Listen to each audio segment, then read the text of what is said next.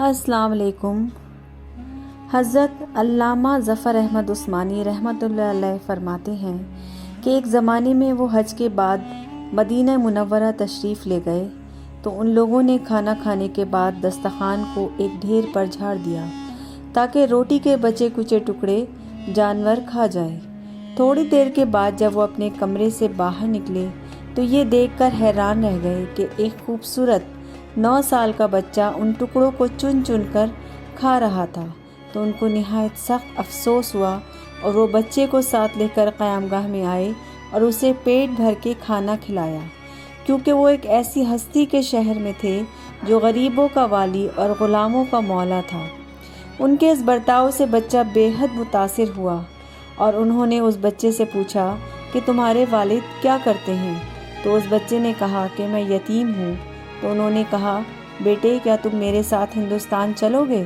वहाँ मैं तुमको अच्छे अच्छे खाने खिलाऊंगा, उम्दा कपड़े पहनाऊंगा, अपने मदरसे में तालीम दूंगा और जब तुम आलिम फाजिल हो जाओगे तो ख़ुद तुमको यहाँ वापस लाके तुम्हारी वालदा के सुपुर्द कर दूंगा। तो वो लड़का निहायत खुश हुआ और अपनी वालदा से इजाज़त लेकर खुशी खुशी वापस आया और मौलाना से कहा कि मैं आपके साथ जाऊंगा, मेरी वालदा ने इजाज़त दे दी है।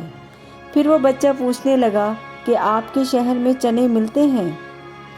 तो मौलाना ने फरमाया कि हाँ, ये सारी चीज़ें वाफर मकदार में तुम्हें मिलेंगी।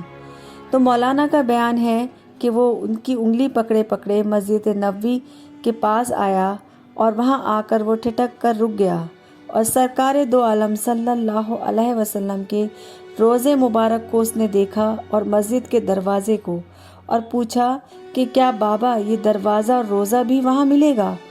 तो मैंने उससे कहा कि बेटा अगर ये वहाँ मिल जाता तो मैं यहाँ क्यों आता।